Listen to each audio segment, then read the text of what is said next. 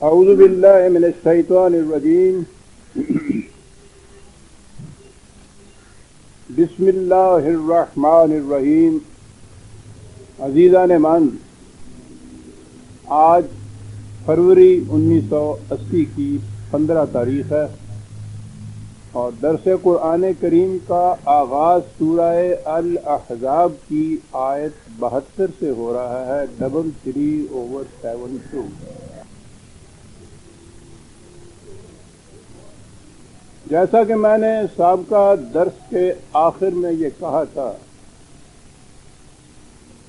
کہ آج کے درس کا آغاز ایک ایسی آیت سے ہو رہا ہے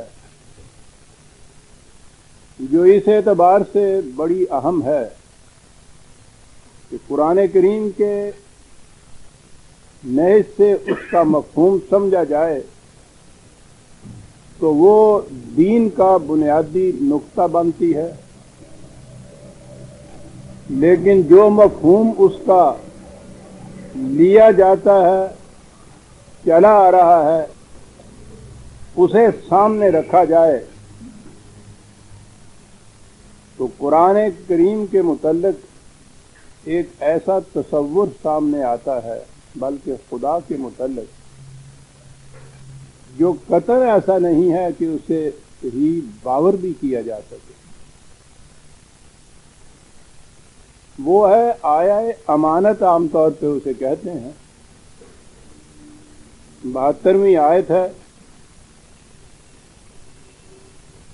اِنَّا عَرَضْنَا الْأَمَانَةَ عَلَى السَّمَاوَاتِ وَالْأَرْضِ وَالْجِبَالِ فَأَبَيْنَ أَن يَحْمِلْنَهَا وَأَشْفَقْنَ مِنْهَا وَحَمَلَهَا الْإِنسَانُ إِنَّهُ كَانَ ظَلُومًا جَهُولًا۔ آپ کسی ترجمے میں دیکھیے، کسی تفسیر میں دیکھیے، متقدمین کے ہاں دیکھیے، متاخرین کے ہاں دیکھیے، اس کا ترجمہ ہر جگہ یہ ملے گا کہ اللہ تعالیٰ نے فرمایا ہے کہ ہم نے الامانت کو، ایک امانت کو زمین، آسمان، پہاڑوں کے سامنے پیش کیا، انہوں نے اس کے اٹھانے سے انکار کر دی۔ ابا ہے لفظ، انکار بھی سرکشی کے معنوں میں جو آتا ہے۔ قصہ آدم میں وہاں جو شیطان ابلیس کے متعلق ہے، ابا واستکبر، خالی معذرت نہیں کہ معاف فرمائیے یہ تو نہیں اٹھایا جا سکے گا، ابا ہے، انکار کیا، بڑی سختی سے انکار کرنے والی بات ہے۔ ڈر گئے وہ اس سے، انہوں نے اس کے اٹھانے سے انکار کر دیا اور انسان نے اس کو اٹھا لیا۔ یعنی تصور میں یہ آتا ہے نا کہ اللہ تعالیٰ، امانت تو اب ہم دیکھیں گے کیا چیز ہے، اس نے اسے، یہ خارجی کائنات کی ارض اور سما اور جبال جو قرآن نے کہا ہے، ایک ایک کے سامنے وہ خدا لے کے اس کو گیا کہ بھائی اسے اٹھا لو، اور انہوں نے کہا کہ نہ بابا، ہم نہیں اٹھا سکتے ہی نہیں، اب آئے نا، ڈر بھی گئے اور انکار بھی کر دی۔ کائناتی قوت، نظام کائنات کے یہ عناصر، مظاہر فطرت، انہیں اللہ تعالیٰ کہہ رہا ہے ایک امانت کے اٹھانے کے لیے، وہ شدت سے انکار کر رہے ہیں، اٹھا نہیں رہے۔ ذرا تصور میں لائیے، ہم تو خیر اس ایمان کی بنا پر، اس عقیدت کی بنا پہ جو ہمیں احترام ہے، تسلیم ہے، یہ کہہ کہ آگے گزر جائیں گے، لیکن غیر مسلم، خاص طور پہ مغرب کی قوتیں، وہ جہاں پہنچنے کے بعد تو آپ کو آگے نہیں بڑھنے دیں گے۔ کہ کیا کہہ رہے ہیں آپ؟ خدا کا یہ تصور آپ دے رہے ہیں کہ وہ اس کی مخلوق میں سے یہ کائنات کے تمام مظاہر ان کے سامنے وہ ایک چیز پیش کرتا ہے، انہیں حکم دیتا ہے، ان سے کہتا ہے، پیش کرتا ہے، اور وہ اس کی تعمیل سے انکار کرتی ہیں، نہیں اٹھاتی؟ خدا کا یہ تصور۔ لیکن جیسا کہ میں نے عرض کیا ہے، شروع سے آج تک ہر تفسیر میں، ہر ترجمے تو اب ہمارے ہاں کے ہیں عربی زبان میں جو تفاسیر ہیں، وہاں سے لے کے آج تک یہی اس کا ترجمہ کیا جاتا ہے، یہی اس کا مفہوم بتایا جاتا ہے۔ میں ابھی آگے چل کر عرض کروں گا، اپنے ذہن سے نہیں کہ ہمارے دل میں یہ اعتراض ابھرتا ہے یا غیر مسلم اس قسم کا اعتراض کرتے ہیں اس کے اوپر کہ اس سے تمہارے خدا کا تصور کیا سامنے آتا ہے۔ یہ بات نہیں، اتنی ہی بات نہیں، قرآن کریم کے دیگر مقامات میں سے ہر ایک کے خلاف ہے یہ ترجمہ بھی، یہ تصور بھی۔ کائناتی قوتوں میں اس کا مجال انکار ہی نہیں ہے، یہ تصور ہی نہیں ہے کہ وہ کسی طرح سے عطایت خداوندی سے انکار کر لیں، سرکشی برتیں۔ میں ابھی عرض کروں گا، چند آیات پیش کروں گا کہ خود قرآن کی آیات اس تصور کے خلاف جاتی ہیں۔ تو اسے تو چھوڑیے کہ دوسرے کیا اعتراض کرتے ہیں یا اپنا بھی دل ہمارا مطمئن ہوتا ہے یا نہیں، قرآن کریم کے تمام دیگر مقامات کے خلاف جاتی ہے یہ چیز۔ لیکن اس کا کیا علاج؟ کہ قرآن کو تو سمجھے اس طرح سے یا سمجھائے اس طرح سے جا رہا تھا کہ ایک ایک آیت کو لے لیجیے، اس کے متعلق کچھ کہہ دیجیے۔ یہ خیال ہی نہیں کہ قرآن کے دوسرے مقامات کے متعلق کیا بات آئے گی، اس سے تضاد واقع آتا ہے، اس کے خلاف جاتی ہے یہ چیز۔ اور جیسا کہ میں نے عرض کیا ہے، ہمارا تو بنیادی اس چیز کے اوپر ہے قرآن فہمی کی کہ وہ تصریف آیات سے اپنے معنی کو واضح کرتا ہے، اور تصریف آیات یہ ہے کہ ایک مقام پہ آپ نے دیکھا ہے، قرآن کے دیگر مقامات میں دیکھیے کہ وہ کیا کہتا ہے، ان مقامات کو سامنے لائیے، مفہوم واضح ہو جاتا ہے۔ ارض و سماوات کی ہدایت کے متعلق قرآن کریم میں سینکڑوں آیات، وہ تمام کی تمام، وہ تمام نگاہوں سے اوجھل سامنے ہی نہیں رکھی گئی۔ وہاں پہنچیں گے تو وہاں ان کے متعلق یہ کہیں گے کہ یہ سب کی سب سربجود ہیں اس کے سامنے، عطایت گزار ہے اس کے سامنے، مجال انکار نہیں، یارائے سرکشی نہیں۔ لیکن یہاں اس آیت کے متعلق یہ تھی کہ ان سب نے انکار کر دی۔ کبھی یہ خیال نہیں آیا کہ ان دونوں کو ملا کے تو دیکھیں کہ بات کیا بنتی ہے۔ اور پھر جیسا میں نے عرض کیا ہے کہ خود خدا کے متعلق کیا تصور آتا ہے۔ بہرحال خدا نے ان کے سامنے پیش کیا، یہ انکار کرتے چلے گئے، ہم نہیں اٹھا سکتے، ہم نہیں اٹھا سکتے۔ تو کیا معاذ اللہ پھر آپ سوچئے نا کہ اس سے اللہ تعالیٰ کا تصور کیا سامنے آتا ہے، وہ پیش کر رہا ہے، وہ انکار کر رہے ہیں، وہ گھڑا لے کے وہیں کہیں انسان کھڑا تھا، اس نے کہا کہ یہ تو بڑی بری بات ہے، اس طرح سے خدا کا واپس چلے جانا ہے، معذور اور مجبور قسم کا خدا، کیا کیا جائے؟ یہ آگے بڑھا اور اس نے کہا کہ جی کوئی بات نہیں، اگر یہ انکار کرتے ہیں تو چلیے مجھے دیجئے، میں اٹھا لیتا ہوں۔ تو اس نے لیا اور اس نے اٹھا لیا اس کو۔ تو اس پہ تو ہونا چاہیے تھا نا کہ بھائی شاباش تیرا، اللہ تیرا بھلا کرے، بچے جیوں، اس پہ شکریہ ادا کرنا چاہیے، شاباش دینی چاہیے۔ یعنی آپ کہیے کہ اس کے بعد اس کے سوا کچھ تصور آپ کے ذہن میں آتا کہ یہ ایسا ہونا چاہیے، وہ انکار کیے ہوئے ہیں، یہ معذور و مجبور، معاذ اللہ وہ کھڑے ہیں، ایک بڑھتا ہے وہ کہتا ہے کوئی بات نہیں۔ لائیے میں لیے چلتا ہوں، اٹھا لیتا ہوں، تو شکریہ ادا کرنا ہوگا نا، شاباش دینی ہوگی نا۔ اس کے بعد یہ ہے کہ انہو کانا ظلومن جہولا، کہنے کہ بڑا ہی بیوقوف، جاہل بھی تھا، ظالم بھی تھا، اٹھا لیا، رکھ دیا اس کے سر پہ، آپ چلے گئے اللہ میاں، اور کہا پھنسے رہو۔ عزیزان من سوچیے کہ صحیح، یعنی اس کے بعد یہ کہنا کہ اس نے جو بڑھ کے یوں اٹھا لیا، بڑا ہی جاہل اور بڑا ہی ظالم۔ صرف اتنی سی بات سے ہی دیکھیے کہ انسان کھڑا ہو جاتا ہے۔ نہ صحیح آپ کو زیادہ علم عربی زبان کا، نہ صحیح آپ نے ان تفاسیر کو دیکھا، یہ اگر اتنی سی چیز کو ہی آپ دیکھیں تو آپ کھڑے ہو جائیں گے نا کہ بات کچھ ایسے بنتی نہیں، اس کے بعد یہ تو نہیں آنا چاہیے تھا، یہ کھٹک جائے گی۔ اصل بات جو ہے وہ نہ بھی سمجھ میں آپ کے آئے، اس کے متعلق جو کھٹک تو پیدا ہو جائے گی نا کہ خیر انہوں نے انکار کیا، پہلے تو وہی بات یہ ختم نہیں ہوئی کہ خدا پیش کر رہا ہے، وہ انکار کر رہے ہیں، وہ کچھ نہیں کہہ رہا، انسان بڑھ کے اٹھا لیتا ہے، وہ اس کے بعد کہتا یہ ہے کہ بڑا بیوقوف ہے، بڑا ہی ظالم تھا، ہو جائے گی نا یہ پیدا۔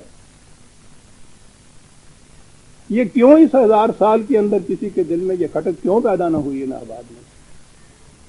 اس لیے کہ آپ نے کھڑے ہو کے سوچا ہے، وہاں سوچ کے دیے گل کر دیے جاتے، سوچنا نہیں۔ پہلے کسی نے یہ لکھ دیا، ہمیں آج کیا معلوم کہ اس نے یہ کیسے لکھ دیا، کیوں لکھ دیا، اور اس کے بعد یہ عقیدہ چلا آیا کہ جو کچھ اسلاف نے کہہ دیا ہے اس کے خلاف کہا ہی نہیں جا سکتا، سمجھنا تو خیر سوال ہی نہیں، کچھ کہا ہی نہیں جا سکتا، اور چلا آ رہا ہے یہ قرآن قدم قدم کے اوپر آپ کو تدبر کا، تعقل کا، شعور کا، علم کا، بصیرت کا، تفکر کا تاکید کرتا چلا جا رہا کہ کھڑے ہو کے سوچو، ثم تتفکروا، وہ جو نبی اکرم صلی اللہ علیہ وسلم نے فرمایا تھا کہ میں تو ایک ہی بات تم سے کہتا ہوں، انی اعظکم بواحدۃ، ایک بات، صرف ایک بات، وہ کتنی بڑی ہے ایک بات جو کہی گئی ہے صاحب، ایک بات صرف میں تم سے کہتا ہوں، لمبی چوڑی واضح نہیں کرنا چاہتا ہوں، کھڑے ہو کے سن لو، ایک ایک دو دو کر کے کھڑے ہو کے سن لو۔ بات یہ کہنا چاہتا ہوں کہ تتفکر، سوچا کر، کھڑے ہو کے سوچ لیتے تو اتنے سے، یعنی میں عرض کر رہا ہوں کہ آگے محنت کرنا تو اور رہا نا کہ بھئی پھر اس کے معنی کیا ہیں، اتنا تو ہو جاتا نا کہ یہ بات تو نہیں بنتی، لیکن نہیں، چلا آ رہا ہے، وہاں سے بھی چلا آ رہا ہے، آج بھی چلا جا رہا ہے، یہ آگے بھی چلا جائے گا جب تک یہ تصور رہے گا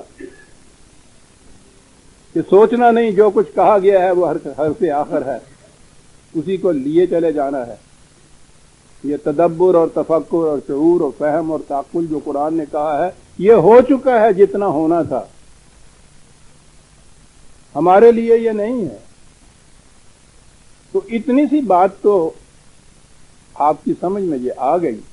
میں عرض کرتا ہوں اگر یہ نہ بھی کہتا، میں بہرحال حسن ظن ہے میرے، کم از کم یہ جو آپ احباب قرآن سے اتنا آپ ذوق رکھتے ہیں ان سے، کہ یہ اتنا کچھ آپ خود ہی دیکھتے تو خود بھی آپ کھڑے ہو جاتے کہ صاحب بات سمجھ میں نہیں آئی۔ تو اتنا تو ہو گیا نا کہ یہ تو نہیں ہے، کچھ اور ہے۔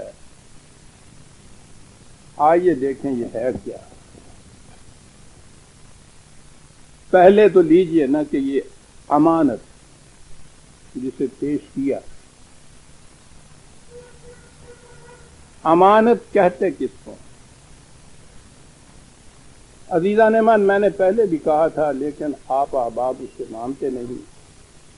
قرآن کریم بڑا نسخہ نہیں اٹھایا جاتا تو چھوٹے چھوٹے نسخے بھی ملتے ہیں، وہ نہیں اٹھاتے تو کم از کم پینسل کاغذ تو اپنے پاس رکھیے، یہ باتیں دوبارہ نہیں آئیں گی،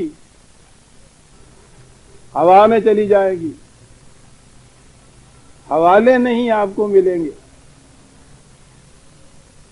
تو یہ آپ نے کوئی وقتی طور کے اوپر معاذ اللہ کوئی تماشا دیکھنا ہے کہ ٹھیک ہے آج بیٹھ گیا اتنا سا سن لیا، کل پھر اگلے جمعے کو پھر آ گئے اور برسوں سے یہ چیز ہے۔ کیا چیز ہے آپ کے پاس ان درسوں کی جو محفوظ رکھی ہوئی ہے؟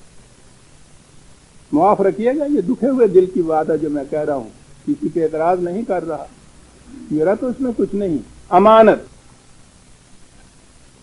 وہی مادے کے اعتبار سے لفظوں کا مفہوم، یہ وہی ہے نا الف میم نون جسے امن کہتے ہیں آپ، یہ وہی ہے نا جہاں سے ایمان کا لفظ نکلا ہے، یہ وہی ہے نا جہاں سے المومن کہا جاتا ہے، یہی مادہ ہے نا۔ امن کا ہمارے ہاں بھی مفہوم یہ ہے کہ جہاں لڑائی جھگڑا نہ ہو وہاں امن ہوتا ہے۔ اسی لیے اس کا انگریزی میں بھی جو ترجمہ ہوا تو پیس ہوا، یہ تو ایک نیگیٹو چیز ہے، لڑائی جھگڑا نہ ہو، کسی چیز کا نہ ہونا، یعنی ہونا کیا وہ نہیں، نہ ہونا، جھگڑا لڑائی نہ ہونا، آپس کی کھینا نہ، اس قسم کا پیس جو ہے، اس قسم کا امن جو ہے وہ تو پتھروں میں ہوتا ہے، اتنے اتنے سخت ہوتے ہیں کہ کسی کے سر پہ آ گئے کچل کے رکھ دیتے ہیں، مجالہ ٹکرائے ہیں آپس میں، اتنے اتنے بڑے پہاڑ، وادیوں میں اتنے اتنے بڑے بولڈرز، چٹانیں، پتھر، کتنا امن ہوتا ہے وہاں۔ لوگ امن کی تلاش میں جاتے ہیں پہاڑوں میں، کس چیز کی تلاش میں؟ یہی ایک نیگیٹو اسپیکٹ آف لائف جو ہے، منفیانہ پہلو جو ہے لائف کا، اس کی تلاش میں۔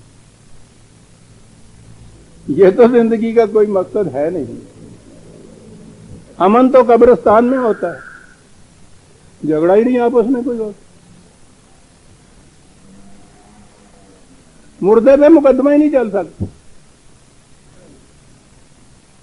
امن کے یہ معنی نہیں عربی زبان میں، میں نے عرض کیا ہے عزیزان من، ان سے پوچھو عربوں سے جن کی زبان میں قرآن نازل ہوا تھا کہ معنی کیا ہے اس کے، معاف رکھیے۔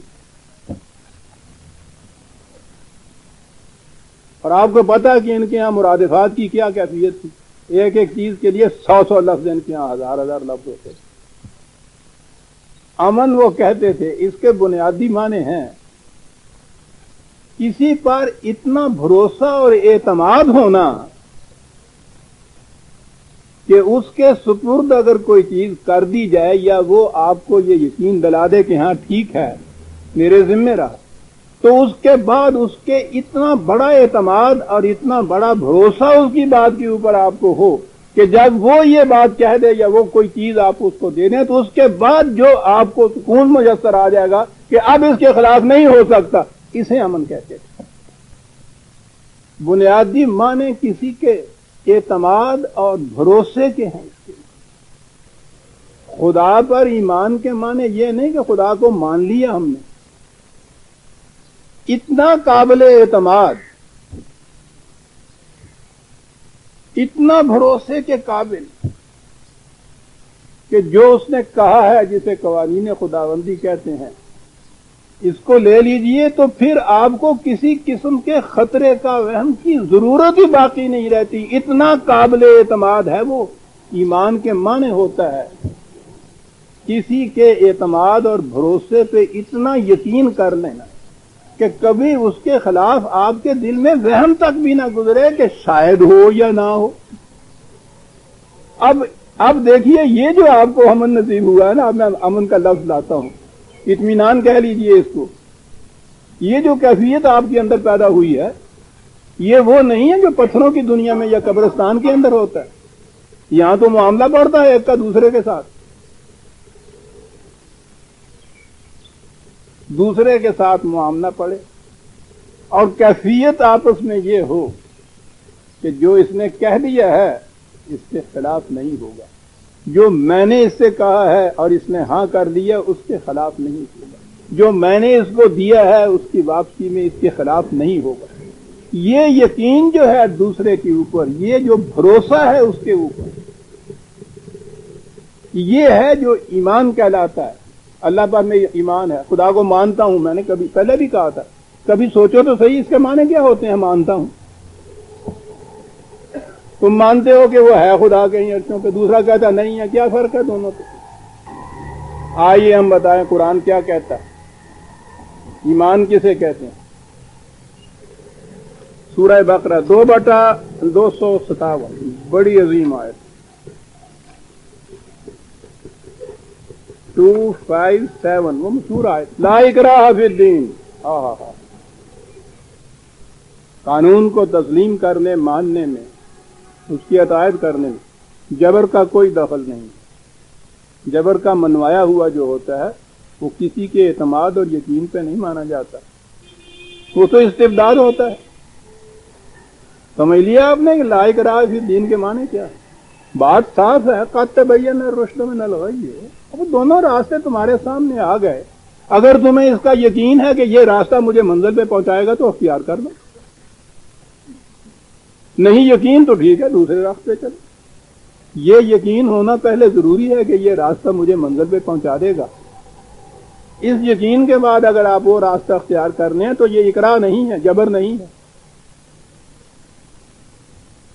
جبر سے چلائے ہوئے میں تو قدم قدم پہ ہوگا کہ پتہ نہیں پہنچائے نہ پہنچائے، پتہ نہیں یار کیا ہو، آگے کوئی خطرہ ہی ہو، کھوچ ہی لائے چبے مینو۔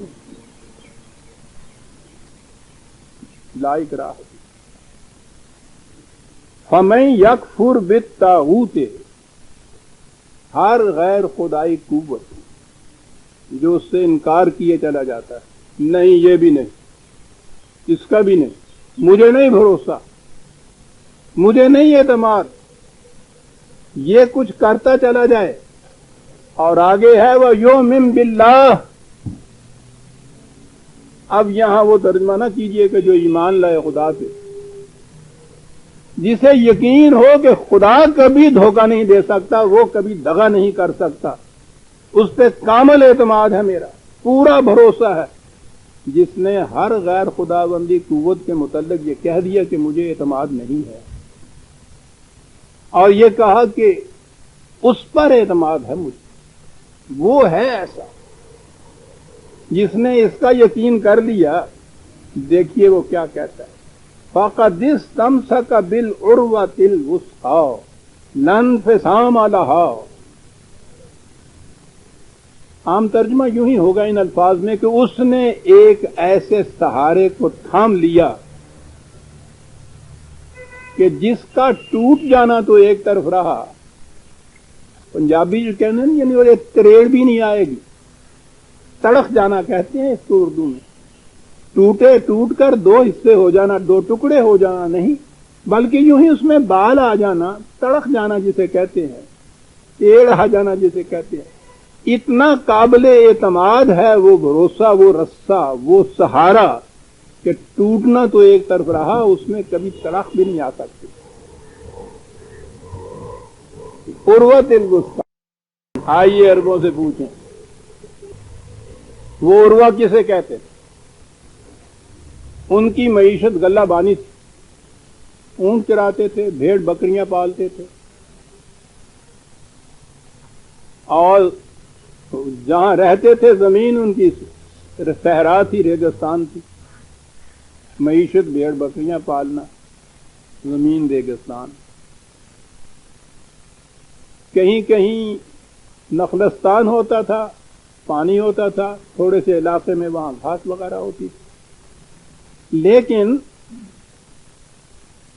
یہ جو ہمارے ہاں بھی تھل کا علاقہ ہے، یا یہ علاقے جو ریگستانی تھے، ہمیں معلوم ہے وہاں اس قسم کے درخت ہوتے تھے، یہاں بھی یہ ہوتے ہیں، پیلو کے اور جنڈ کے اور کریر کے جسے کہتے ہیں، کیکر بھی انہی میں، یہ کانٹے دار درخت جو ہوتے ہیں، ان کی کیفیت یہ ہوتی ہے، ان درختوں کی اتنی نیچے ان کی جڑیں چلی جاتی ہیں کہ پتہ نہیں کہاں سے جا کے وہ پانی لیتی تھی، لیکن کیفیت ان کی یہ ہوتی ہے کہ ان کے پتے کبھی خزانے میں بھی نہیں سوکھتے، 12 مہینے ہمیشہ ان کے اوپر پتے رہتے ہیں۔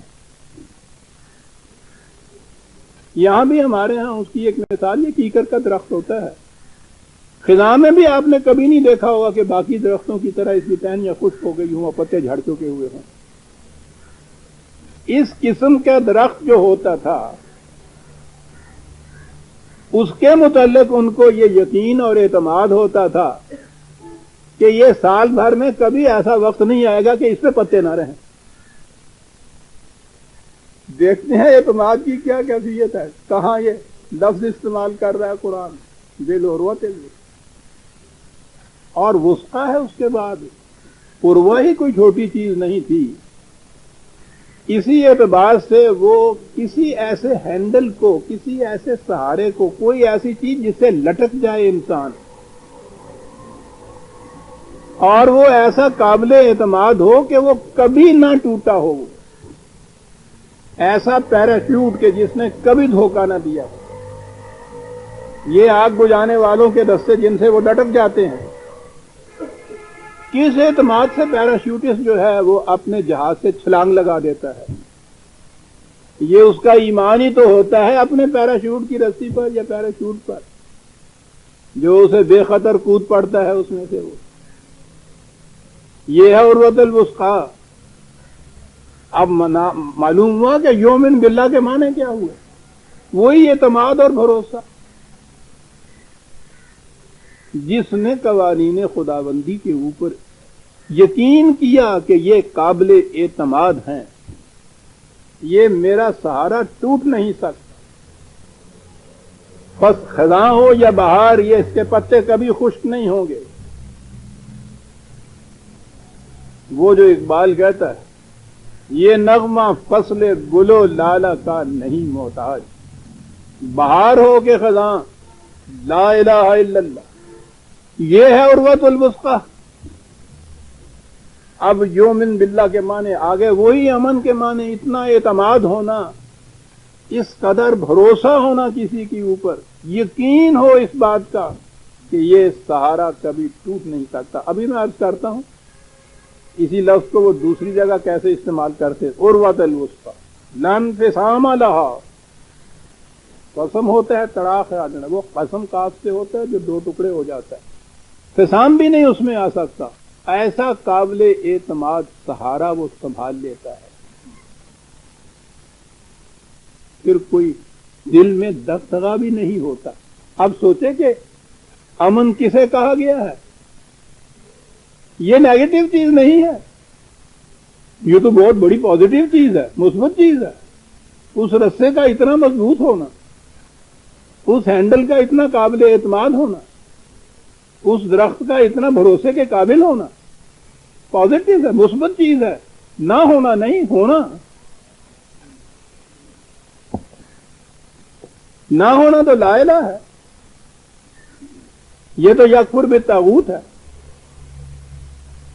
مثبت ہے الا اللہ. یہ ہے ایمان باللہ جسے کہا جاتا ہے. ماننا نہیں عزیزان ایمان، اتنا بھروسہ ہونا. اسی لیے خدا نے اپنی ایک صفت بھی تو المومن کہی ہے.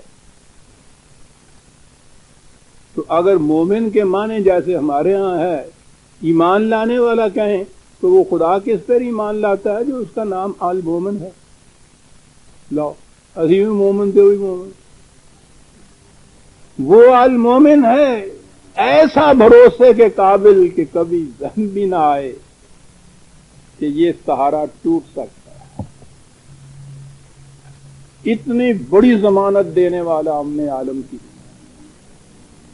مجھ پہ اعتماد کرو، میں دھوکہ نہیں دوں گا. اور جو اس طرح سے اعتماد کرنے والے ہیں یہ ہے جن کو جماعت مومنین کہا جاتا ہے. اس اعتماد اور بھروسے کو ایمان کہا جاتا ہے. اس سے وہ شے نصیب ہوتی ہے جسے امن کہا جاتا ہے. میں نے کہا ہے نا کہ دوسری طرف آئیے. عربوں کے ہاں ناقتن امونن اس اونٹنی کو کہتے تھے. ان کی تو تشبیہات، استعارات، تمثیلات وہ یہ چند چیزیں تھیں جن کے گرد گھومتی تھی. پانی، نخلستان، اس میں کھجور کے درخت، بھیڑیں، بکریاں، خیمے، کوئی تلوار اور گھوڑے، انہی کے گرد گھومتی. اتنی تھوڑی چیزیں تھیں لیکن زبان کی وسعت کے ایک اونٹ کے لیے 1000 لفظ. تو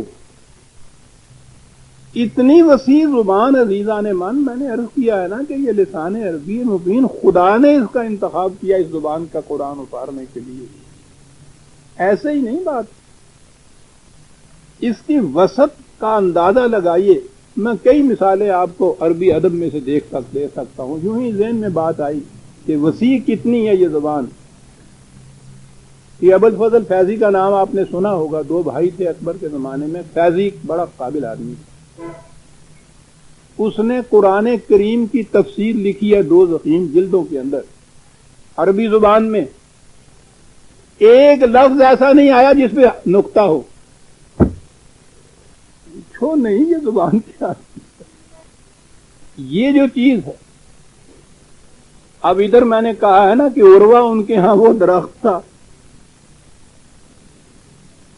ان کی محسوس ان تشبیہات سے جو قرآن نے پھر وہ لفظ لیے ہیں، اس کے اصول سمجھ میں آتے ہیں کہ وہ کہتا کیا ہے قرآن. یہ اعجاز ہے قرآن کا.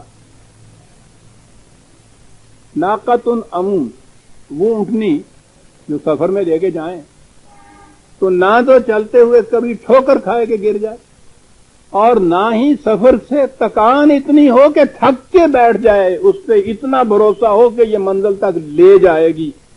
یہ تھی امن دینے والی اونٹنی. یہ امانت کے مقابلے میں خیانت ہے نا، بات میں سے بات آ گئی. وہ خیانت ہوتی، یہ تو امانت تھی. وہی ابھی میں نے کہا ہے نا عروۃ الوثقیٰ، وہ سہارا، وہ حبل اللہ جسے کہا ہے قرآن نے. یہاں ہمارے ہاں تو وہ اس قدر ہم مہذب ہو گئے ہیں کہ کبھی کنویں کا منہ ہی نہیں دیکھا ہماری اگلی نسلوں نے. بہت سی چیزیں آہستہ آہستہ ہیں، ان کی لغات سے ہی وہ ختم ہو جائیں گی. ان کے وقت بلری میں نہیں آئے گی. کنواں کیا ہوتا ہے پتہ ہی نہیں. یعنی سارے گلبرگ میں کنواں ہی ہے نا. نئی آبادیاں جتنی مہذب ہیں ان میں تو کنواں نہیں. تو اب میں ان کو کیا سمجھاؤں؟ پہلے تو کنواں، پھر کھوہ تے پاؤنی. پنجابی میں ہمارے یہاں وہ پاؤنی کہتے تھے. چرخ یا چرخی کہتے تھے اس میں.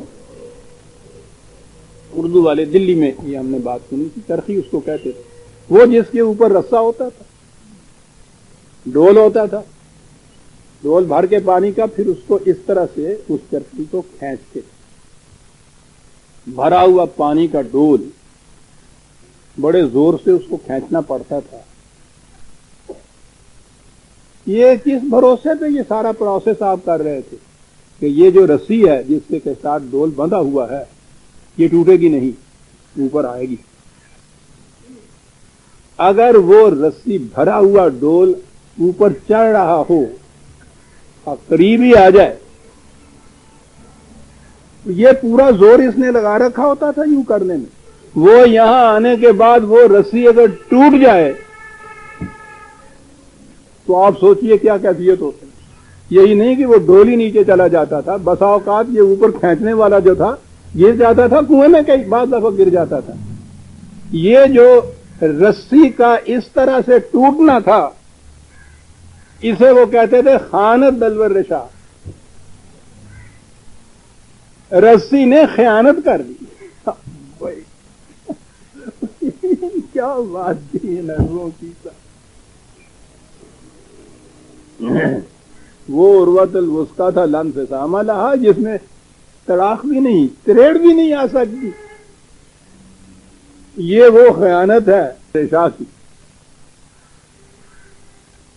اب سمجھ میں آیا کہ خیانت کیا ہوتا. بھروسہ نہیں کیا گیا نا اس رسی، اعتماد ضائع کیا ہے نا اس نے آپ کا. شروع میں پتا ہو آپ کو کہ یہ رسی جو ہے فرسودہ بوسیدہ ہو گئی یا کھدی ہو گئی ہے جن چڑھنے میں، آپ کبھی کنویں میں لٹکائیں گے نہیں اس کو. پتا ہے نا، لٹکاتے اس لیے ہے نا کہ آپ کو اس کا یقین ہوتا ہے اعتماد ہوتا ہے، بھروسہ ہوتا ہے کہ یہ ٹوٹے گی نہیں، آپ کے بھروسے کو دغا دیا ہے اس نے، وہاں یہ لفظ بولتے تھے۔ اب آئیے قرآن کریم کن معنوں میں یہ استعمال کرتا ہے۔ نظام خداوندی، حکومت الہیہ، اس کے لیے ارباب نظم و نسق، ان کے ہاتھوں سے خدا کے ان احکام و قوانین کو نافذ ہونا تھا، ان کے ذمے یہ فرائض عائد کیے جاتے تھے، یہ ان کی ذمہ داریاں تھیں جو ان کو سونپی جاتی ہیں۔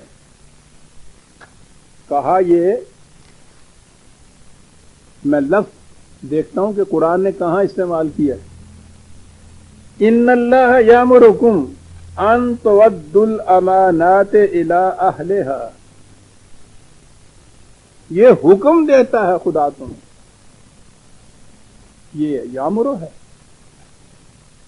محض اخلاقی بات نہیں ہے، محض تلقین کی بات نہیں ہے، حکم ہے۔ یہ آئی چیز آپ کے ہاں جسے کہتے ہیں اسلامی مملکت کیا ہوتی ہے اور اس میں کیا چیز ہوتی ہے، اس میں ایک چیز یہ بھی ہوتی ہے کہ امانات جو ہیں وہ ان کے سپرد کیا کرو جو ان کے اہل ہوں۔ حکومت کے معاملے میں امانات کا مطلب سمجھ میں آ گیا آپ کو، یہ اختیار، یہ اتھارٹی بڑی چیز ہے، اسے دو جو قابل اعتماد ہو، جو بھروسے کے قابل ہو، جو مومن ہو۔ اب سمجھ میں آپ آئے کہ مومن کیا ہوگا، پھر اسے دو، چھان پھٹک کر دیکھا ہوا، اتنا قابل اعتماد کہ وہ یہ نہ ہو کہ اس طرح سے وہ ڈول کی رسی ٹوٹ جائے، پیراچوٹ جو ہے وہ دغا دے جائے کسی وقت میں، تم اس پہ اعتماد کرو اور اس کی یہ کیفیت ہو جائے۔ امانات، ابھی میں نے کہا ہے کہ یہ نظم و نسق حکومت کے متعلق ہے، یہ بات کہاں سے میں نے لی یہ بات، اگلا ہی تو فکرہ ہے۔ وَإِذَا حَكَمْتُمْ بَيْنَ النَّاسِ أَن تَحْكُمُوا بِالْعَدْلِ، ان کو دو کہ جب وہ لوگوں کے معاملات کا فیصلہ کریں تو وہ عدل کے مطابق فیصلہ کریں۔ اور عدل قرآن کی روح سے یہ نہیں ہے کہ جو بھی ہمارے ہاں تو عدل کی ڈیفینیشن یہ ہے نا کہ مروجہ قانون کے مطابق فیصلہ کر دیا جائے تو وہ عدل ہوتا ہے، جسٹس ہوتا ہے نا، وہ عدل ہوتا ہے۔ اگر وہ قانون جس کے مطابق فیصلہ کیا جا رہا ہے وہی عدل پہ مبنی نہ ہو، ظلم پہ مبنی ہو، تو اس کی روح سے جو فیصلہ دیا جائے گا وہ عدل کیسے کہلائے گا؟ لیکن مروجہ ڈیفینیشن جو آپ کے یہاں عدل کی ہے اس کی روح سے وہ عدل ہی ہوگا۔ یہ کورٹ سے بھی اگر آپ کہیں کہ صاحب یہ جو آپ نے جس قانون کی روح سے فیصلہ کیا ہے وہ تو خالص دھانت لیا، وہ کہتے ہیں یہ ہمارا کام نہیں ہے، جاؤ جا کے قانون بدلواؤ، ہمارا کام تو وہ جو مروجہ قانون پاس ہو کے آ گیا ہے اس کے مطابق فیصلہ دینا ہے۔ قرآن کہتا ہے یہ عدل ہے نہیں، یعدلون بالحق، وہ الحق جو خدا نے اتارا ہے اس کے مطابق فیصلہ دو گے تو پھر یہ عدل کہلائے گا، ورنہ ظلم کہلائے گا۔ 6 مہینے سے بحثیں ہو رہی ہیں اسلامی مملکت کیا ہوتی ہے، اس کا نظام کیا ہوتا ہے، جس سے پوچھنا چاہیے اس سے نہیں پوچھتے، اسے بلا لو، اسے بلا لو، اسے بلا لو، ہر ایک ان میں سے آگے کہتا ہے کہ صاحب اسلام یہ کہتا ہے، اسلام کی روح سے ایسا نہیں، تو ایسے سمجھ میں آتی ہے جیسے باہر کو کھڑا ہے جس کا نام محمد اسلام ہے اور یہ کہہ رہے ہیں کہ یہ اسلام یہ کہتا ہے، میں ہنے پوچھ کے آیا۔ کبھی کسی نے یہ اسلام کہتے ہوئے بتایا کہ کیا اتھارٹی ہے ایسا کہنے کی؟ جس کا جی چاہے وہ یہ کہہ دے اسلام یہ کہتا ہے، وہ جو قانون ان کے سامنے ہے وہ تو بات ہی یہ کرتے ہیں۔ انتہائی عادل وہ جج ہوتا ہے نا جو قانون کے بالکل مطابق فیصلہ کر دے۔ قرآن کہتا ہے تو یہ دیکھو پہلے کہ وہ قانون جو ہے وہ بھی عدل پہ مبنی ہے۔ وَبِالْحَقِّ هُمْ يَعْدِلُونَ وَبِهِ يَعْدِلُونَ، قانون الحق کے مطابق ہو، اس کے مطابق جو فیصلہ ہوگا وہ عدل کہلائے گا۔ یہاں پھر آ جائیے، ان تؤد الامانات الی اہلھا، اب امانات کے معنی یہاں آ گئے، اتھارٹی، ذمہ داری، فریضہ، یہ فیصلہ کرنے کے فرائض، یہ ذمہ داریاں ان کے سپرد کرو کہ جو اس کے اہل ہوں، اور اہل کے متعلق کہہ دیا ان تحکموا بالعدل، اہلیت کا معیار یہ قرار دیا کہ وہ عدل کے متعلق فیصلہ کرے، اور عدل کے متعلق کہہ دیا کہ وہ حق کے مطابق ہو۔ کڑی سے کڑی ملتی چلی جاتی۔ اس کے لیے عزیزان من کمیشن بٹھانے کی ضرورت ہے، اس کے لیے ریٹیں دائر کرنے کی ضرورت ہے۔ میں نے جیسا کہا ہے نا، جب جیسا عرض کیا ہے، جس سے پوچھنا چاہیے کہ صاحب یہ کیا ہے، اس سے کوئی نہیں پوچھ رہا۔ وہ کہتا ہے کہ عجیب و دعوت الداعی اذا دعان۔ وہ بابا ادھر ادھر جو مارے پھرتے ہو، ہر دروازے پہ دستک دیتے ہو، وہ کہتا ہے بابا معاف کرو، کہتے ہو رات دی روٹی سکی ہوئی پا جندہ ہے تھوڑی چوری۔ عجیب و دعوت الداعی اذا دعان، میرے دروازے پہ دستک دو، میں جواب دوں گا جو تم پوچھتے ہو۔ اور بابا اس سے پوچھو جو کہتا ہے مجھ سے پوچھو، میں جواب دوں گا۔ کیوں پوچھیں؟ سب ڈرتے ہیں۔ میں کہہ یہ رہا تھا کہ امانات کے معنی قرآن کی روح سے کیا ہے، امانت کے معنی کیا ہے، ایمان کے معنی کیا ہے، مومن کسے کہا گیا، یہ متعین کرنا جو ہے یہ ضروری تھا نا۔ جب ہم دیکھیں کہ یہ امانت کے متعلق آیا، اس کے برعکس میں نے عرض کیا ہے نا کہ خیانت کا لفظ یہ تھا جی، میں نے عرض کیا تھا پہلا جو تھا عروۃ الوثقی 2/257، 2/257، یہ امانات ان کے اہل کی طرف لوٹا دو 4/58، 4/58۔ اب اس کے برعکس آئی بات خیانت کی، 8/27، یا ایھا الذین آمنوا، وہی آمنو آ گیا ہے، وہ لوگوں جو بھروسہ کیے ہوئے ہو ہم پر۔ اب تو ترجمے یوں ہونے چاہیے، جنہیں کلی اعتماد ہے ہمارے اوپر۔ لا تخونوا اللہ والرسول، یہ نظام جو ہمارے قوانین کے رائج کرنے کے لیے رسول نے قائم کیا ہے، اس سے خیانت نہ کرو۔ وہ امانت تھی جن کے سپرد کی گئی تھی، پوری ذمہ داری کے طور پر جو فرائض کسی کے تفویض کیے جائے ان میں خیانت نہ کرو، خدا اور اس کے رسول سے خیانت مت کرو۔ وَتَخُونُوا أَمَانَاتِكُمْ، یہ امانات جو تمہارے سپرد کی گئی ہے، یہ ذمہ داریاں، یہ فرائض جو تمہارے سپرد کیے گئے ہیں، یعنی ان میں خیانت نہ کرو۔ یعنی وہاں بات ہو سکتی تھی نا کہ اللہ اور رسول سے خیانت کے کیا معنی ہے کہ اس سے خیانت نہ کرو، وہ تو کہیں جان ہی نہیں دیتا آپ کو کہ باتیں کرتے رہیے کہ صاحب اللہ سے مراد کتاب اللہ ہے، رسول سے مراد احادیث ہیں، وہ تو وہیں کہہ دیتا ہے وہ تو ہنو امانت، یعنی جو امانات تمہارے سپرد کی گئی ہیں نا، وہ اس نظام نے سپرد کی ہیں، وہ اسلامی حکومت جسے تم کہتے ہو اس نے سپرد کی ہیں تمہیں، ان امانات میں خیانت نہ کرو، ان فرائض کو پوری طرح سر انجام دو۔ یہ بات ہو گئی اب امانت، اور یہاں تو کہا ہے وَأَنْتُمْ تَعْلَمُونَ، اور اگلی آیت میں تو صاحب جھٹکا دے کے رکھ دیا، کہا یہ اس معاملے میں کہا کس گوشے سے احتیاط برتنے کی ضرورت ہوگی، بہت بڑی بات ہے یہ صاحب، یہ اختیارات جو ہیں کسی انسان کو اتنے دے دینے، یہ کوئی چھوٹی چیز نہیں ہے۔ مومن ہے تو وہ اس کو امانت سمجھے گا، لیکن جب اختیارات دیے گئے ہیں کسی کے پاس تو بہت بڑی قوت آ جاتی ہے، بڑی ٹیمپٹیشن ہوتی ہے اس کے اندر، بڑی ترغیبات ہوتی ہیں اس کے اندر۔ کہا یاد رکھو اس کے راستے میں کچھ خطرناک مقام آتے ہیں، وَاعْلَمُوا أَنَّمَا أَمْوَالُكُمْ وَأَوْلَادُكُمْ فِتْنَةٌ، یاد رکھو اس معاملے میں دولت کی خواہش، یہ اولاد اور بیویاں، ان کے تقاضے، بیگمات کی شاپنگ، بچوں کی ملازمتیں، پیسہ جمع کرنے کی ریس، کہا یاد رکھنا اس راستے میں خطرناک گھاٹیاں آئیں گی۔ اس لیے یہ جو امانات تمہارے سپرد کی گئی ہیں، یہ تمہارے پاس اختیار پہلے نہیں تھے، یہ دیے گئے ہیں تمہیں۔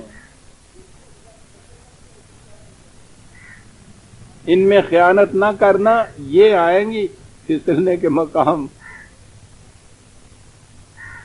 لفظ بھی عجیب ہے فتنہ، کٹھالیاں سونار کی جو ہوتی ہیں نا، یہ وہ ہوتی ہے کہ پیتل ہو اس میں ڈال دیا جائے گا تو پگھل جاؤ گے، سونا ہے تو کندن بن کے نکلو گے۔ ان کٹھالیوں سے نکل کے ان امانات میں خیانت نہ کرتے ہوئے آؤ گے تو ابن خطاب فاروق اعظم بن جائے گا، یاد رکھو۔ آ جائیے اب، انا عرضنا الامانۃ علی السماوات والارض والجبال، کچھ فرائض ہم نے سپرد کیے یہ خارجی کائنات کے اندر جتنی چیزیں ہیں۔ اللہ تعالیٰ ارض و سما کی اصطلاح قرآن کے اندر جیسی بھی یہ خارجی کائنات ہے نا، دس آؤٹر یونیورس، جو کچھ بھی یہ ہے اس سب کے لیے یہ جامع اصطلاح ہے قرآن کی۔ ان کے ذمے کچھ فرائض ادا کیے، اس پروگرام کی کچھ ڈیوٹیاں ان کو سپرد کی گئی۔ سورج سے کہا گیا کہ اس طرح سے تم نے طلوع ہونا ہے، یہ راستے طے کرتے ہوئے غروب ہونا ہے، روشنی بھی دینی ہے، حرارت بھی دینی ہے، وقت پہ نکلنا ہے، وقت پہ غروب ہونا ہے، یہ راستہ ہے تمہارے لیے، تم نے یہ کرنا ہے۔ پانی سے کہا کہ اوپر سے نشیب کی طرف آنا ہے، زندگی بخشنی ہے تم نے جہاں جہاں یہ آسان ہے۔ ہوا سے کہا کہ تم نے جہاں جہاں جاندار کوئی ہے وہاں تم نے موجود رہنا ہے، تمہارا فریضہ ہے یہ۔ کائنات کی کوئی شے بھی یہ جو فرائض خداوندی یا ذمہ داریاں عائد کی گئی ہیں یا احکام خداوندی جو ہیں، جن کو لاز آف نیچر آپ کہتے ہیں، ان میں کوئی شے خیانت نہیں کرتی۔ قرآن کہتا ہے کہ یہ اگر ہماری اقتدار کے سوا کسی اور کے بھی اقتدار ذرا سا آ جائے، یہ اپنا ہی ان کا ہے، لفسدتا، تیس نیس ہو جائے یہ سلسلہ کائنات۔ سائنسدانوں سے پوچھئے، کہتے ہیں اگر سورج کی چڑھنے میں یا رفتار میں انچ کا کروڑواں حصہ بھی کبھی فرق پڑ جائے تو یہ سارے کرے ٹکرا جائیں آپس میں ایک دوسرے کے ساتھ۔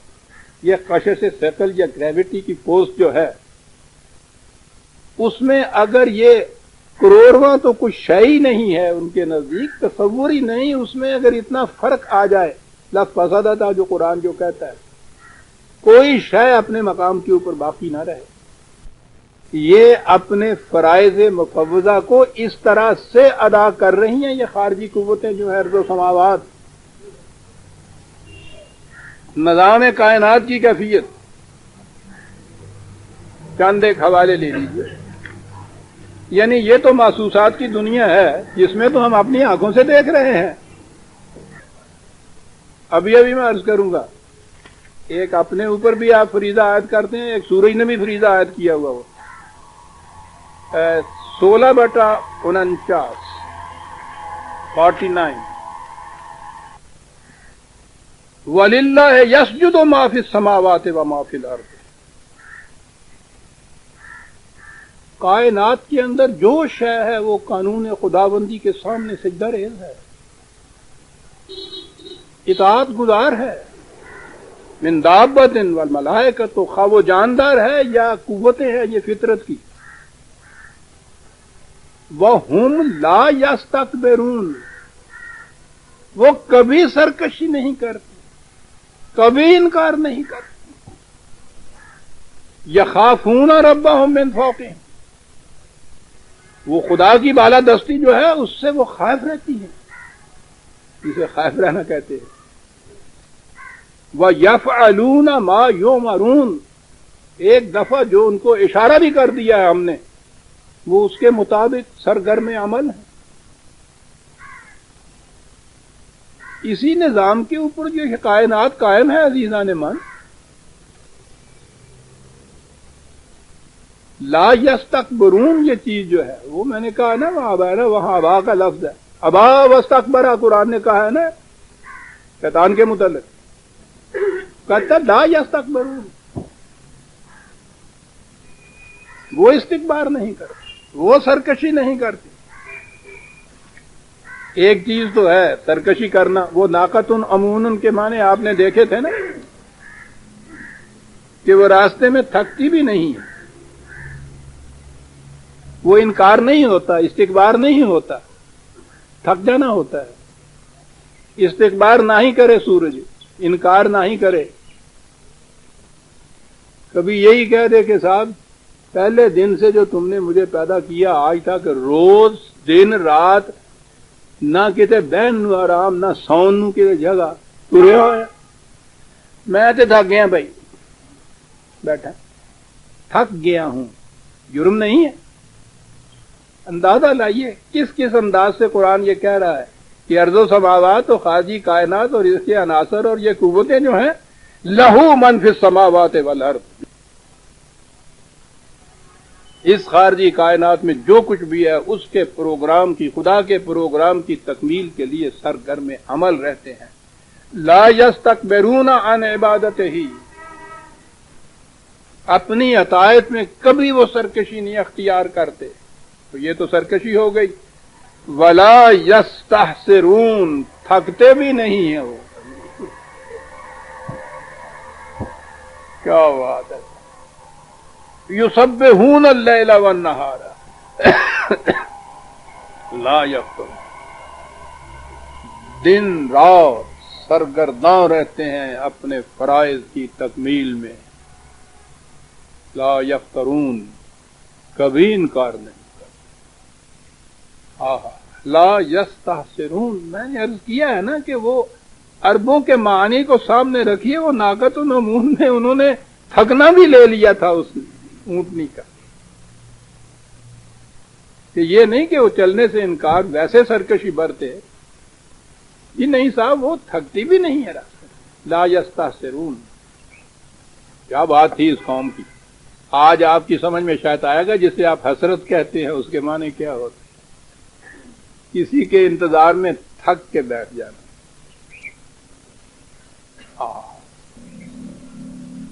یہ وہاں کا لفظ ہے نا لا یستحسرون، تھکتے بھی نہیں. یہ کیوں اس طرح سے یہ سب کچھ کرتے چلے جاتے ہیں. یہ 21/19 کہا یہ اس لیے ان کل من فی السماوات والارض الا آتی الرحمن عبدا. وہ کہا یہ کائنات کے اندر جتنے بھی مظاہر فطرت خدا کی مخلوق یہ جتنے بھی ہے وہ یوں سمجھو جیسے کسی کے غلام اس کے سامنے ہاتھ باندھے ہوئے کھڑے رہتے ہیں کہ عبد ان کے ہاں. بات دوسری طرف چلی جائے گی. وہ سدھایا ہوا گھوڑا جو ویشی نہ ہو، ان ڈومیسٹیکیٹڈ نہ ہو، جس کو سدھا دیا جاتا ہے نا، نکالا جاتا ہے جس کو کہتے ہیں ہمارے یہاں اصطلاح میں، وہ پھر لگام کے اشارے کے اوپر چلتا ہے، سرکشی نہیں اختیار کرتا. وہ ہوتا ہے. اب وہ کہا ان کی تو کیفیت یہ ہے ہمارے سامنے. ساتھ ہی یہ بات بھی کہہ دی عزیزان مان، قرآن ہے خدا کی کلام ہے، انسان کا کلام تھا. یہ تھا 19/93 19/93. عبد ہیں. کہا اب سے تمہارے ذہن میں شاید یہ بات آئی ہوگی کہ مجبوراً کھڑے ہیں غلاموں کی طرح. لیکن نہیں، اس اعتبار سے ہم نے نہیں کہا کہ مجبوری کی عالم 41/11 ثم استوى الى السماء وهي دخان فقال لها وللارض ائتيا طوعا او كرها. ہم نے اس کائنات کو، سماوات و ارض کو، ان سب کو پیدا کیا اور ان سے پھر کہا آؤ اٹھاؤ اس امانت کو، ان فرائض کی سر انجام دہی کے لیے چلے آؤ. طاعن و کرن پہلے کہا ہے.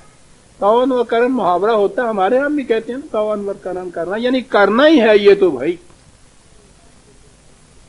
تو کیا خیال ہے کیسے کرو گے؟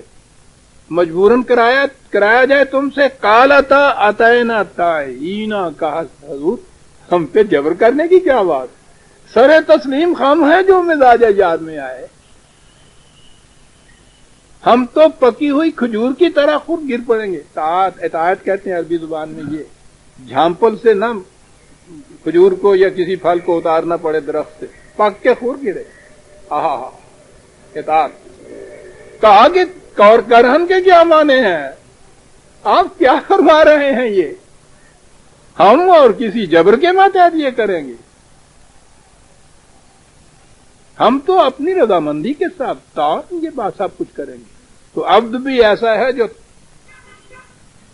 توہن یہ کچھ کر رہا ہے، رضامندی کے ساتھ یہ کچھ کر رہا ہے، جبر نہیں یہاں ہو رہا. یہ تھا 41/11. اور پھر ایک لفظ اور لے لیجئے، پھر آگے ہم بڑھ جاتے ہیں.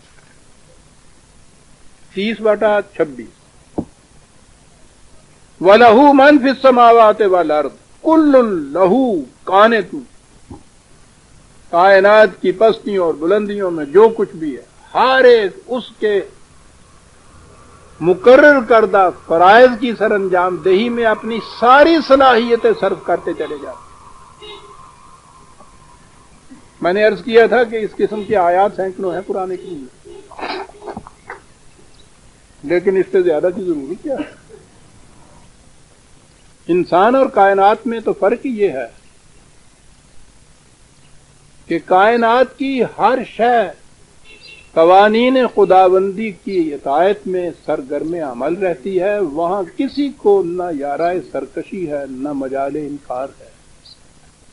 اسی سے یہ نظم و نسق کائنات اس حسن و تفویض سے چل رہا ہے. اب ان تمام آیات کی موجودگی میں، مشاہدہ جو ہمارا ہے اس کی موجودگی میں، کیا یہ معنی اس کے ہو سکیں گے کہ ہم نے اپنی اب امانت کے معنی آ گئے، امانات، فرائض، ذمہ داریاں، ڈیوٹیز جو کسی کے سپرد کی جائیں. لیکن امانت کا تو لفظ خود بتا رہا ہے کہ پورے اعتماد کے ساتھ وہ سپرد کی جاتی. ہمیں اعتماد تھا ان کے اوپر، اس لیے یہ ذمہ داریاں اس کے سپرد کی. تو یہ سارا کچھ جو ہم نے بتایا ہے قرآن کریم کی یہ تمام آیات، ہمارا مشاہدہ جو کچھ کہہ رہا ہے اس کے بعد یہ ہوگا کہ ہم نے ان کو یہ فرائض عطا کرنے چاہے، ذمہ داریاں ان کو سونپنی چاہیے پورے بھروسے پہ کہ یہ نہیں اس میں نہ تساہل برتیں گے، نہ تغافل برتیں گے، یا نہ تھکیں گے، نہ انکار کریں گے، نہ سرکشی کریں گے. اس اعتماد کے ساتھ ہم نے یہ فرائض اور ذمہ داریاں ان کو سونپنی چاہیے. تو اس کے معنی یہ ہوں گے کہ انہوں نے انکار کر دیا. انکار کر دیا ہوتا عزیزان من یہ کائنات وجودی میں نہ آتی. انکار کر دیا اس سے، اور اس کے برعکس انسان نے اٹھا لیا خود ہمارے مشاہدے کے خلاف. خدا کے عطا کردہ فرائض کو اگر یہ اس طرح سے اٹھا لیتا تو یہ حالت ہوتی انسانی دنیا کی، ہے نا، جسے کہتے ہیں at the face of it. یہ چیز مشاہدے کے خلاف، تصور خداوندی کے خلاف، کائنات کے نظم و نسق کے خلاف، قرآن کی آیات کے خلاف. پھر آپ کہیں گے کہ پھر بات آگے کرو بھی، کیوں ہمارے پیشنس کو ٹیسٹ کر رہے ہو؟ ضرورت ہے. اس کے بعد بات آئے گی تو پھر یہ دل میں اترے گی، ورنہ اس سے پہلے دل میں نہ اترتی. ٹھیک ہے نا جو میں کہہ رہا ہوں؟ یہ بڑا ضروری ہوتا ہے لا الہ. تو یہ تو بات آپ نے مان لی نا کہ یہ بات تو نہیں ہو سکتی، یہ تو غلط ہے۔ عزیزان مان، یہ جتنے بھی جنہوں نے یہ تفسیریں لکھی، یہ جو ترجمہ لکھتے ہیں، میں کیا عرض کروں، بات وہاں یہ آ جاتی ہے کہ صاحب ان میں سے کسی کو عربی زبان آتی ہی نہیں ہے، یہ ہوئی نواں کے تو جام پہ آیا گا، یہ تو عربی نہیں آ گا، یہی وہ چیز لے آیا جو 1000 برس سے نہیں۔ عزیزان من، مجھے تو نہ کہیں وحی اور الہام کا معاذ اللہ دعویٰ ہے کہ کوئی بات جو 1000 برس سے نہیں آئی تھی عربی جاننے والوں کے بھی سامنے مجھے بتا دی اللہ میاں نے کہ نہیں، اصل بات یہ ہے، یہ جو ہم نے جہاں استعمال کیا نا لفظ، اس کے معنی یہ ہیں، انہیں نہیں بتایا ہم نے، معاذ اللہ۔ ٹھیک ہے، غلام احمد تو مرزا غلام احمد تو نہیں، یہ چیز عربوں کے ہاں موجود ہے، ان کے ہاں کی جو مسند کتب لغت ہیں اس کے ہاں موجود ہے، جو میں لگاؤں کہنے۔ حیرت تو آپ کو بھی ہوگی، حیرت مجھے بھی ہوئی تھی جس دن یہ بات آئی تھی، اسی لیے میں نے جلدی سے نہیں ایکسپٹ کیا تھا، بڑی تحقیق کی کہ کہیں غلطی تو نہیں ہو رہی، کیا ہو گیا ان کو 1000 برس سے، اتنے بڑے عجیب کیا ہو گیا آج ان لوگوں کو۔ عربوں کے ہاں حمل امانت کے معنی ہوتے ہیں امانت میں خیانت کرنا۔ ہم نے ان فرائض کو، ذمہ داریوں کو، امانت کو ارض و سماوات کے سامنے پیش کیا، انہوں نے اس امانت میں خیانت نہیں کی۔ وَحَمَلَ الْإِنسَانُ، کم وقت یہ خیانت کرتا ہے، اس کے اندر بڑا ہی ظالم ہے، بڑا ہی جاہل ہے۔ ایسی بات پھر بیٹھتی، پوچھے ان سے کہ یہ میں نے اپنے لغت میں حوالے دیے ہیں اس کے کہ حمل امانت ان کے ہاں امانت میں خیانت کرنے کو کہتے ہیں۔ بات کتنی صاف ہو گئی۔ ہم نے ان ذمہ داریوں کو پورے بھروسے کے ساتھ کائنات کی قوتوں کے مظاہر فطرت کے سامنے پیش کیا، انہوں نے اس امانت کو لیا اور وہ اس میں کبھی خیانت نہیں کرتے۔ وہی واشفقنا، وہ جو تھا قرآن کہتا کہ وہ ڈرتے ہیں اس کی بالادستی سے، وہ ڈرتے ہیں اس سے کہ اس کے خیانت کرنے کا انجام کیا ہوگا۔ لیکن وَحَمَلَهَا الْإِنسَانُ، انسان نے یہ جب اس کے ذمہ داریاں کچھ اس کے فرائض اس کے ذمہ لگائے ہم نے انسان ہونے کی جہت سے، یہ اس میں خیانت کرتا ہے۔ اب دیکھیے صحیح کتنا ظالم ہے، کتنا جاہل ہے، ہائے ہائے کیا دو لفظ استعمال کر گیا قرآن، جاہل ہے، اتنا بھی نہیں سمجھتا کہ میں خود اپنا نقصان کر رہا ہوں، اس ظالم ہے، دوسرے پہ ظلم کیا کرنا، اپنے آپ پہ ظلم کر رہا ہے۔ اور آگے چلیے قرآن کریم، یہ ظالم قرآن کریم میں نے عرض کیا نا بے شمار مقامات پہ یہ آیا ہے کہ یہ جو دوسروں پہ ظلم کرتے ہیں یہ سمجھتے ہیں کہ ہم دوسروں پہ ظلم کر رہے ہیں، وَلَٰكِنْ كَانُوا أَنفُسَهُمْ يَظْلِمُونَ، اور یہ تو اپنے آپ پہ ظلم کرتے ہیں۔ وہ کہتا ہے ہر ظالم اپنے آپ پہ ظلم کرتا ہے، بظاہر وہ دوسرے پہ کر رہا ہوتا ہے، اس کی انسانیت میں کمی آ جاتی ہے، اگر ظلم کے معنی کمی لے لیا جائے ختم ہو جاتی، شرف انسانیت سے عاری ہو جائے، اپنے آپ پہ ظلم کرتا ہے۔ آج کے سائیکالوجسٹ سے پوچھئے، وہ آپ کو بتائے گا کہ یہ جو بظاہر دوسروں کے خلاف بے انصافیاں، استبداد اور یہ سب کچھ کیا جاتا ہے، اس سے خود انسان کی اپنی پرسنالٹی کے اوپر کیا اثر پڑتا ہے۔ ابھی سے شروع ہو گئی ہے یہ تحقیق عزیزان مان، مکافات عمل، یہ خیانت قرآن کہتا ہے، سنیے عزیزان مان، 4/107 1400 سال پہلے کی باتیں کر رہا ہے۔ لا تجادل علی الذین یختانون انفسہم، کہا کہ جو لوگ خود اپنے آپ سے خیانت کر رہے ہیں تو ان کے متعلق ہم سے کیا بات کرے، اپنی ذات سے خیانت کرنا. آگے ہے ان اللہ لا یحب من کان خوانا اثیما.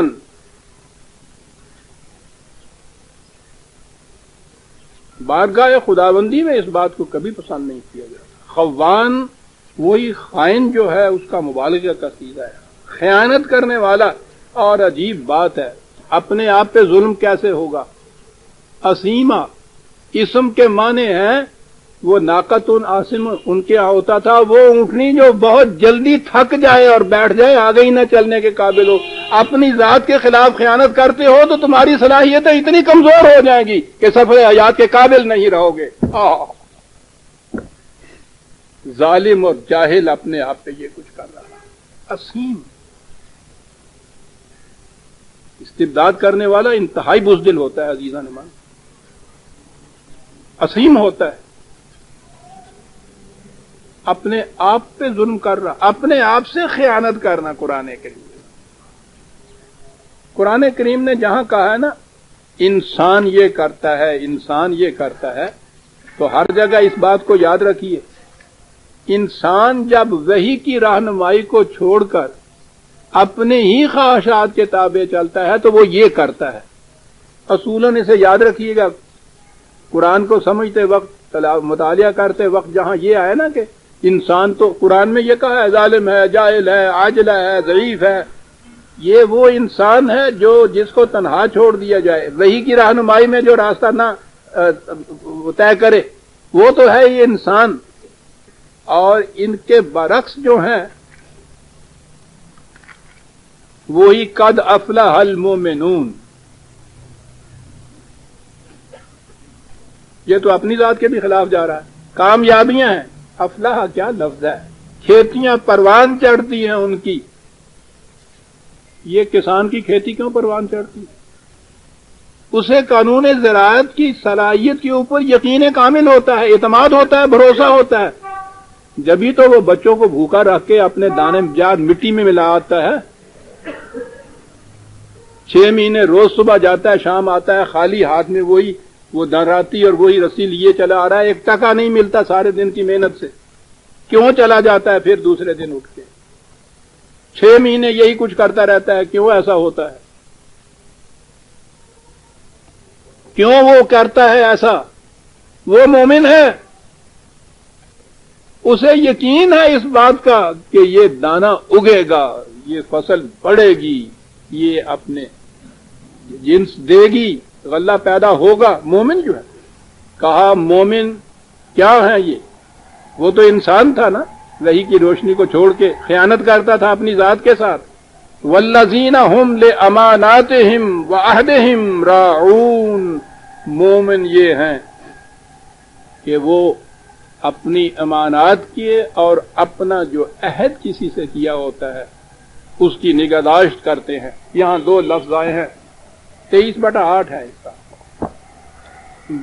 عجیب چیزیں ہیں, 2 لفظ قرآن کہہ گیا عزیزان ایمان. امانات اور عہد, اس کی بڑی نگہداشت کرتے ہیں. کیا فرق ہے؟ امانت تو میں نے کہا کہ جو دوسرا ذمہ داری عائد کرے, دوسرا اپنی چیز اس کو دے کے اس کی حفاظت کرے, دوسرا اس کے اوپر بھروسہ کرے, یہ تو وہ دوسرا آپ کے ساتھ یہ کرتا ہے. لیکن جب آپ یہ عہد کرتے ہیں, کہا جاتا ہے کہ صبح کی سیر تمہاری صحت کے لیے بہت اچھی ہے, آپ سوتے وقت عہد کرتے ہیں کہ میں صبح 5 بجے اٹھوں گا اور جاؤں گا. یہ آپ نے اپنے اوپر خود ایک ذمہ داری عائد کی ہے, یہ بھی امانت ہے. اب 2 لفظ جو قرآن امانت اور عہد کہہ گیا ہے, سوچیے کیا فرق ہے اس میں. کہا یہی نہیں کہ جو دوسرا تمہارے اوپر فرائض یا ذمہ داریاں عائد کرے, خواہ خدا ہی کیوں نہ ہو, اپنے اوپر جو تم یہ ذمہ داری عائد کرتے ہو, اپنا فریضہ سمجھتے ہو, اس کا نبھانا بھی زیادہ بڑا ضروری ہے. مومن اس کو کہتے ہیں جس کو میں نے کہا ہے نا کہ رات کو آپ صبح 5 بجے اٹھوں گا. سردیوں کی رات لحاف لیا ہوا اوپر, صبح 5 بجے آپ نے وہ ٹائم پیس کے اندر الارم بھی لگا لیا, وہ کر بھی کر رہا ہے.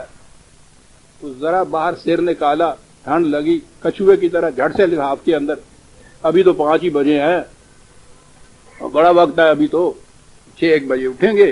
ہاں ٹھیک ہے, 6 بھی بج گئے بھائی, اٹھتا ہے کل سے صحیح کیا بات ہے, آج ہی ضروری تھوڑا ہے.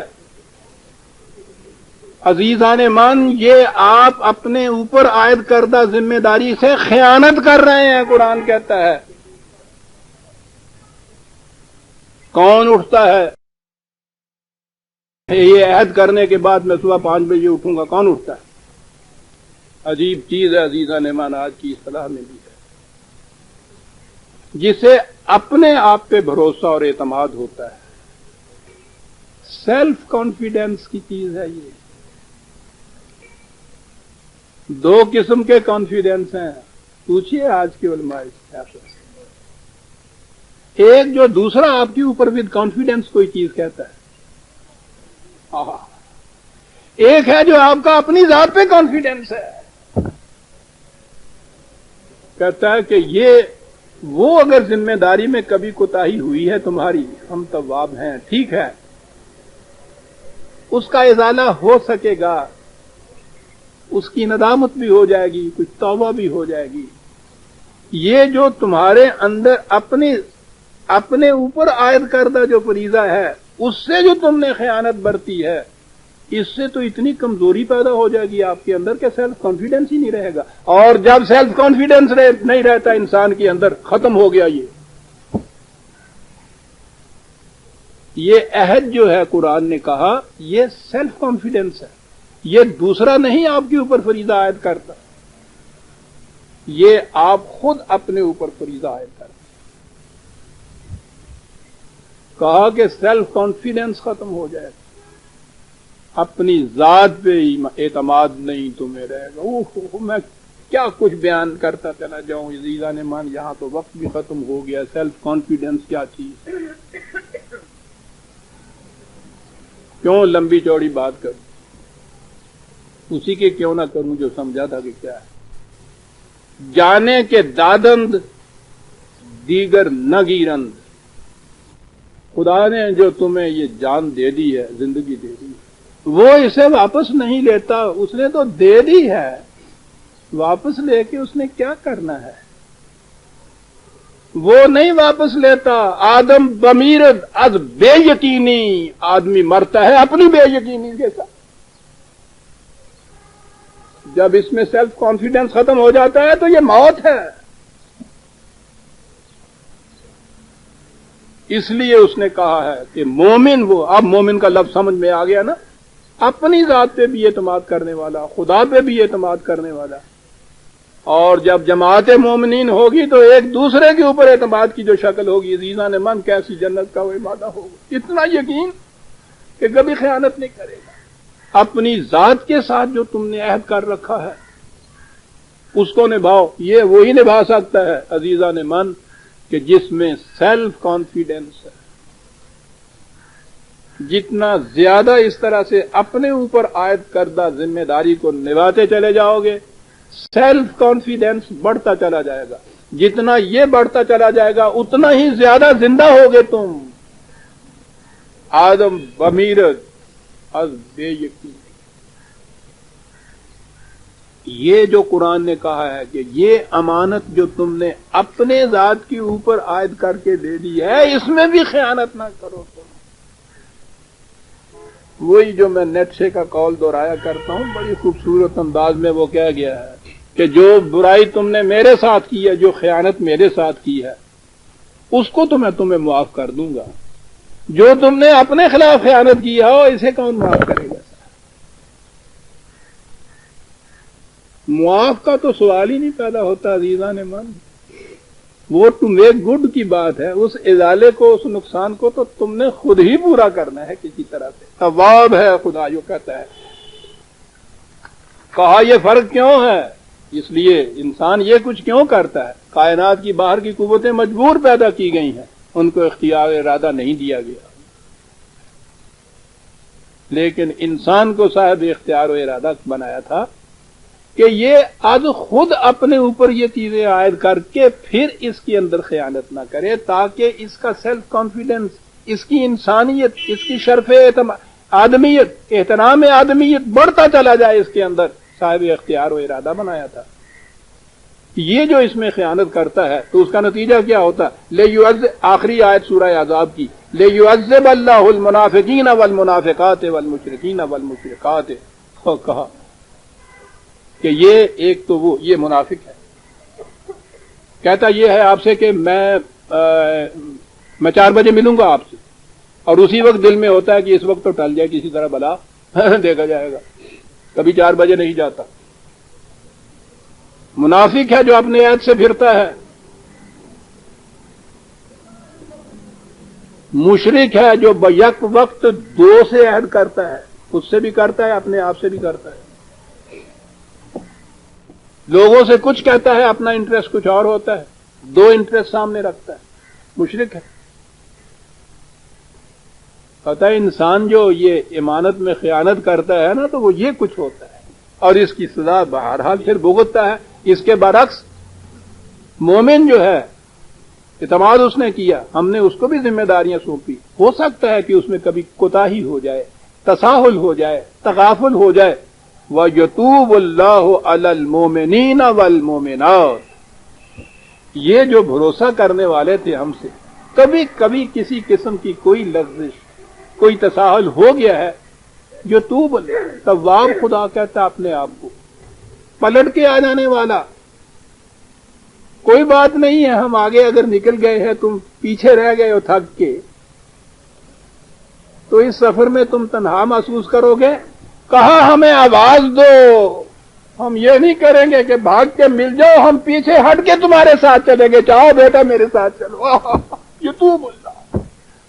اور پھر تواب جو ہے وہ تو عجیب بات ہے، اگر جتنا قدم یہ اٹھاتا ہے اتنا ہی قدم وہ اٹھائے تو پھر تو یہ ملنے کی بات نہیں ہوگی نا۔ یہ تائب ہوتا ہے، انسان کو قرآن نے ہمیشہ تائب کہا، پھر پلٹ کے اسی قدم سے آنے والا۔ خدا کو اس نے ہمیشہ تواب کہا ہے، تم 1 قدم چلو، ہم 2 قدم پلٹ کے آئیں گے۔